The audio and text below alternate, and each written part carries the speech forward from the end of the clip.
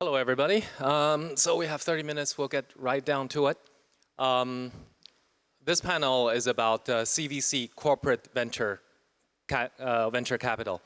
First, let me introduce our panelists. Ms. Li Li.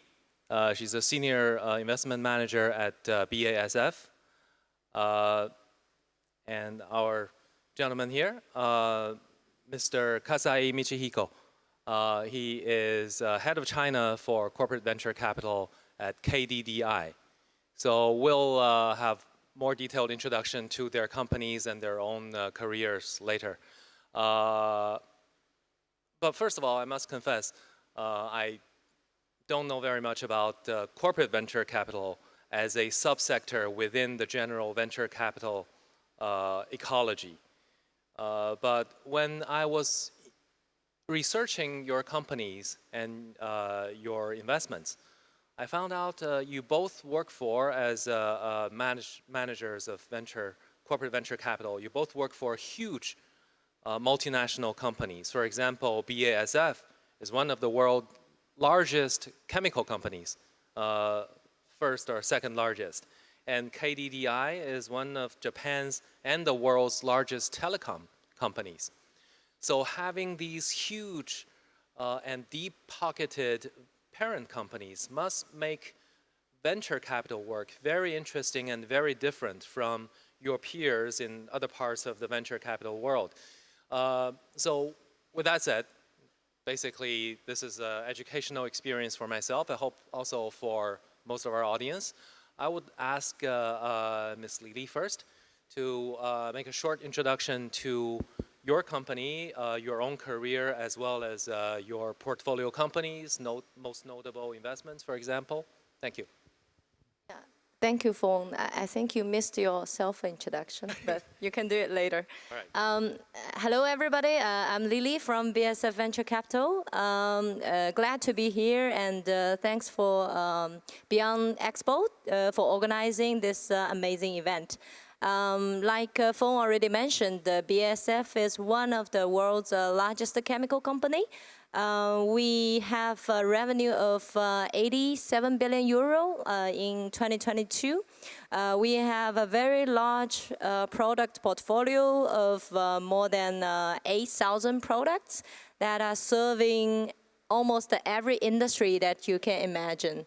So from automotive to construction to engineering plastics for consumer electronics, or from animal nutrition, human nutrition products to personal care, home care products that are used in your daily life. And also if you eat food from farmers, then our products are also being used as crop protection materials in the farming activities.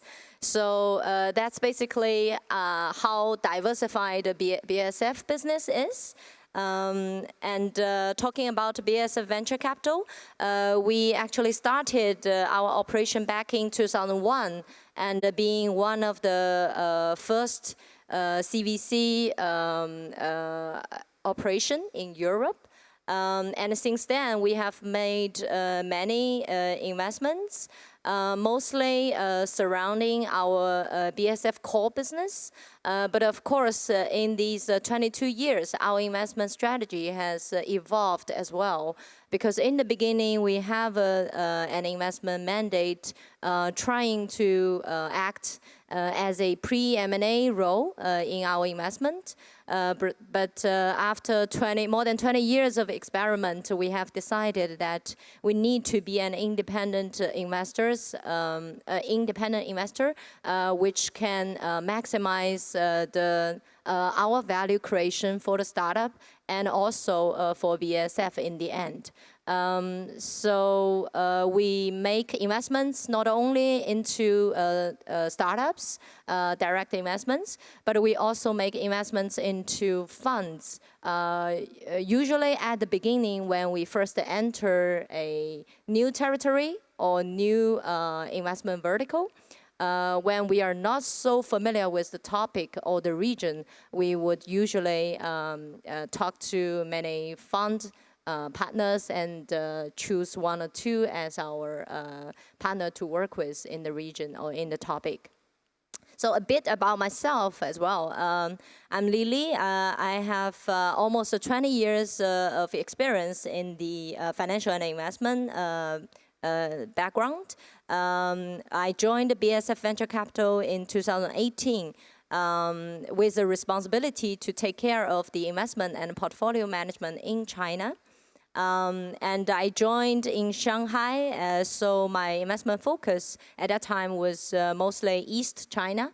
But now, with myself and my family being moved and transferred to Hong Kong, I will talk to more friends and startups in this region, Greater Bay Area, and also trying to get a feeling of the opportunities in Southeast Asia as well. So yeah, thank you everybody for your time today, and glad to know you, Kasai-san and Feng. Yeah. Great, thanks a lot. Mr. Kasai, could you tell us a bit more about your company and your investments, for example? Hello, I'm Michihiko Kasai. My name is a little difficult for non-Japanese people, but I'm in the KDDI Open Innovation Fund. The KDDI is a telecommunication company based in Japan and operates more than 100 countries. The KDDI is originally a telecommunication company, but we expand our business field through our investment and business collaboration with other companies. So mainly in Japan, we provide finance and entertainment and education and B2B digital transformation solutions as well. So as CVC, we also invest in various fields, B2B and B2C and deep tech as well. So we have base in Japan and United States and Singapore and China. And China is the newest branch for us, and I'm head of that. So I'm in charge of investment and business collaboration with Chinese startup companies. And my specialty is not only the investment, the business development with startup companies. So for example, my experience was developed new digital transformation solution with SaaS companies and bring US companies to Japan and develop a Japanese version of application or like that. So now trying to, with Chinese startup companies to expand their business to other countries. So today I'm really happy to be here and exchange ideas. So thank you. Great, thanks Kasai-san. And by way of self-introduction, what I missed earlier, my name is Feng. I'm the editor-in-chief of FTChinese, which is the Chinese language edition of the Financial Times. So we were one of the earliest major international news organizations to go into China and build a Chinese language edition, and we remain the largest such operation in China. So look up our apps and download them when you're in Hong Kong and Macau. With that out of the way, we'll resume our questions about what makes CVC corporate venture capital so special. You both work for, as we discussed earlier, huge multinational firms, giants in their own industries, and as venture capitalists, your companies also make pretty evenly spread global investments. But the two of you are both based in China, and especially Mr. Kasai-san, you're relatively new to China. So what you have observed and experienced in China in the last few years, I think that's most interesting to most of us here, must be both very different and also very inspiring when you compare that with the general experience of your companies in other parts of the world. Not just because China was one of the latest to reopen after the pandemic, and the Chinese recovery is closely watched by the whole world, but widely noted as being quite uneven, although pretty optimistic for most people. So the trends and the new interesting phenomenon you have observed must be very valuable lessons to all of us. could we start with Ms. Lee? If you could tell us a little bit more about the investments you have made over the years and any new trends you have observed, especially in the last few years and after the reopening. This is a very interesting question because now it's a good time for us to look back for what happened in the past 3 years. Actually, we made one investment back in 2020 and another investment. I personally made one investment in 2020 and another investment in 2021. And both startups, they actually suffered, or at least they have gone through the entire COVID time. And I can tell you, actually, there are positive and negative experience from both companies.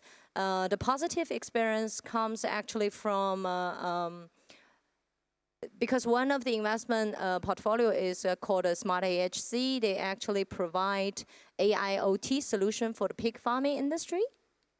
And that industry actually has been somehow prepared for pandemics like COVID because they have African swine flu before, and the whole industry is actually quite familiar with the precautions that help them to go through such periods. So actually during the pandemic period, their business got not too much impacted. They got even more orders from their customers because everybody has to stay at home, and they realize that digitalization has to happen, has to be implemented to help their business to grow with these kind of interruptions. And the other startup that's not so lucky, they actually suffered quite a lot from the pandemic. But I would say all the investors has been extremely supportive during the pandemic. We offered them supply chain advice. We offered them additional financing opportunities to help them to go through the pandemic period. They have, post-pandemic, after the reopening, they quickly regain momentum and start to work on new business opportunities. So we have to admit that the pandemic has made impact on our investments, but I'm grateful that both companies have survived well, and that also tells us the importance of getting digitalized in the future business environment. So that's my sharing. Kasai-san? Yes, so actually I came to China 2021 and late 2021, and I felt that 2021 was a kind of a special year all over the world. There was an atmosphere that all companies should invest more to keep up the trend and not to lose the opportunities. And then from last year, the investors became calm and now are trying to find which company is really good to invest in. So I think there seems to be a kind of how can I say, the polarization. The one side, the startups are clearly growing, able to be raise funds, and on the other hand, the other company that couldn't make notable growth, it's really difficult to raise additional money right now. So that's my basic view of the trend of the market. But how can I say, regarding the investment itself, so it's a little difficult to decide investment. The market trend is not good, so the investors are cautious. But regarding the business itself, though the market trend is not good, I'm really optimistic about the business itself, because in the severe situation, sometimes a great company that will make the future are born. For example, last financial crisis, the Airbnb and Slack and these great company are born. And I feel that in China, it's the time to great company will born this year according to the opening of the COVID-19. So regarding the investment, it's a little difficult time, but regarding the business itself and collaboration, I'm really optimistic about that. Right. And if we take a look at the companies that you invest in, especially inside China's startups, one of you work for one of Europe's largest companies, and the other one of Japan's largest companies. Coincidentally, these happen to be more important sources of funding, geological sources of funding, given the current political situation, the financial and technology decoupling between China and the US. So from a investee company point of view, your companies, your money, your funding will become much more interesting and much more important, especially when you help them open more doors to the Japanese market, for example, and the European market. So from that perspective, I wonder if you could tell us a bit more about what value you think you can bring to investee companies, portfolio companies these days, and especially given the current eco-political situation, what additional value, what additional roles you think you can help play in helping these companies develop? Ms. Lee? I would answer this question to a larger scope. I mean, the existence of CVC actually, it's a very special asset class. We create value not only for startups. Actually, the most important reason that we exist is that we create value for our mother company.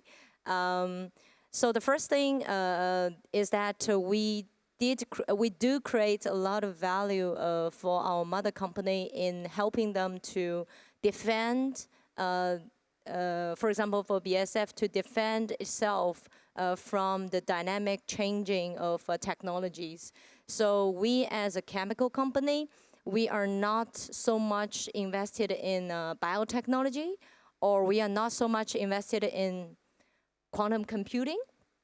But these are both important technology developments for BASF to stay competitive. We strive to stay competitive from 158 years ago since our establishment. So by investing in or just looking at what is going on in the capital market, in the startup world, we already help our company to get to know what are the most important trends in the market, what are the most threatening technology for BASF. Because we have this advisory committee of BASF Venture Capital, which is composed of 7 senior members of BASF. The chairwoman, the chair lady today is our board member, one of our board member, and the 6 other advisory board members are all our #1 head of each business unit. So whatever we identified from the market will be known to these guys. So it's really important that the messages got delivered. That's one important reason for our existence. Then for the startups, of course, we create additional value than financial investors because we could offer them the internal resources, be it our knowledge on markets, be it on our knowledge about regulation, or be it sharing of our network. For example, our distributors or our customer base, it's all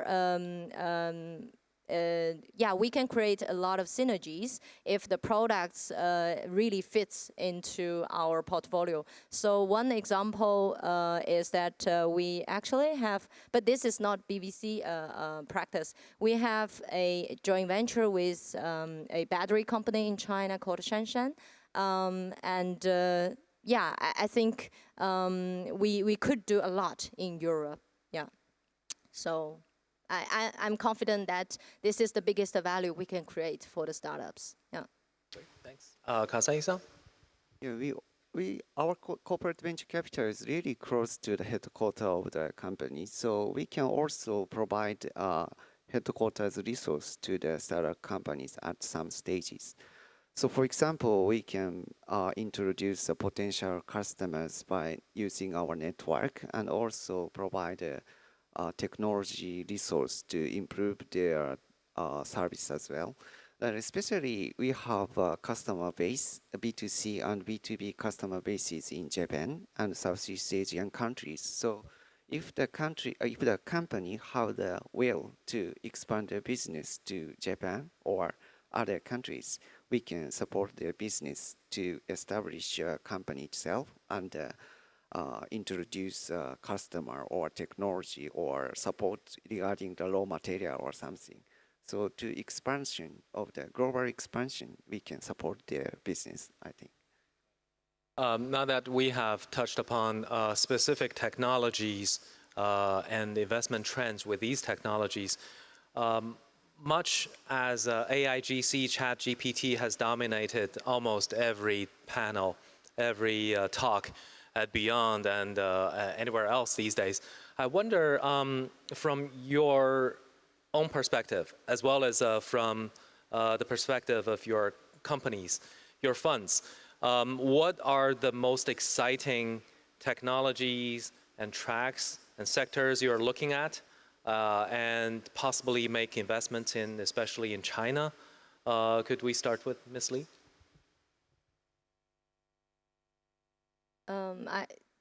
Let me start from our global focus sector first, because we review our investment mandate every few months, especially in today's dynamic world. We are doing it more and more frequently.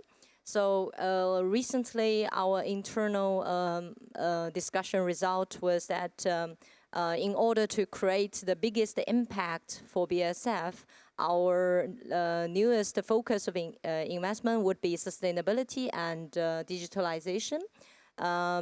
What do we mean by talking about sustainability?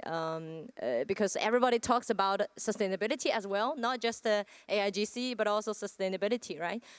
For BASF, we do have a strong commitment to reduce our carbon emission by 2030. To reduce the emission by 25% against the 2018 level. So how are we going to do this? We have several approaches. I'm explaining this because any technology from startups that could help us to reach these goals fall into our investment focus. So the first thing is gray to green. We call this gray to green because this is the power source for BASF. We consume a lot of energy in our production. We used to source a lot of power from conventional power plants, but now we've decided that we will source as much as we can from green energy. And the second is power to steam. In Europe, we are using a lot of heat pumps, trying to recycle all the waste heat to reduce our energy consumption overall. And the third pillar is new technologies. This is a very broad category which almost cluster everybody into it. New technologies, so I can give one example that is a BVC portfolio company, which is called LanzaTech. It actually uses a special fermentation technology to work with carbon oxide and carbon CO2 to make them into high-value chemical intermediates and interesting jet fuels, products like that. And it has been listed on U.S. stock market as already. So this kind of new technology that can help BASF to reduce carbon emission would be, of course, in our investment mandate. And another example is bio-based feedstock. So for example, we've recently made an investment into an Indian company called C6 Energy. They make red seaweed. It doesn't sound like a disrupting technology itself, but the company has their unique technology which extend the shelf life of red seaweed from 1 day to 60 days. This is very essential for industrial processing needs. If your feedstock cannot sustain for a few days, then it's not possible to process them in an industrial scale. So yeah, we are very happy that we made the investment into this company because this can be a new feedstock to our chemical products. So yeah, digitalization, I'll briefly, very quickly talk about our history in applying supercomputer and quantum computing technologies. And in order to help BASF to adopt quantum computing technologies, BVC made an investment into a startup called Zapata back in 2019. It helps companies like BASF or Mercedes-Benz to accelerate their internal simulation needs and also their big data processing needs with quantum computing technologies. So yeah, I think I'm quite proud of what we are doing for BASF as a group. Yeah. Great. Thanks a lot for broadening our horizon about technologies happening, making a difference in the physical, the real world. Mr. Kasai? So my funds recently focused on the Web3 and digital transformation solution and robots and carbon neutrality and B2C service as well. And especially in China, I'm really interested in the robots. The robot technology in China is really great, and the human shortage of the Japanese society is really big problem, and a lot of companies are now trying to use the new robots to improve their operation. So I think there's a big chance for a foreign company to bring the robots to Japanese market. And also the autonomous driving technology is as well. So in Japan, now the raw material is changing for adapt to the autonomous driving. So that technology will be really a good opportunity to bring to Japanese market. Yeah, I think just today, the FT, our newspaper, quoted the head of Nissan as saying all of these Chinese EV and self-driving companies are posing heavy challenges to major auto players around the world, including Japanese ones. But since we only have less than 2 minutes, I understand the two of you both want to take this opportunity to reach out and send some messages to Chinese startups through the Beyond platform. Ms. Lee? So as I just described, I would encourage startups working on the sustainability and digitalization topics that I just mentioned to talk to me, and I would be happy to investigate and evaluate if you can become one of our portfolio company, and also even if it's not an investment case, I would be very happy to introduce you to our business people and to make a business case out of it. Thank you. Thanks a lot, Kasai-san. Anything you want to say to Chinese or GBA startup companies? Yeah, so thank you for hearing today, and we are really interested in all kind of digitalization related startups and would like to have investment and business collaboration opportunities. And if especially they have a will to expand their business to Japan or other overseas market, we can support their service in Southeast Asia and Japan as well.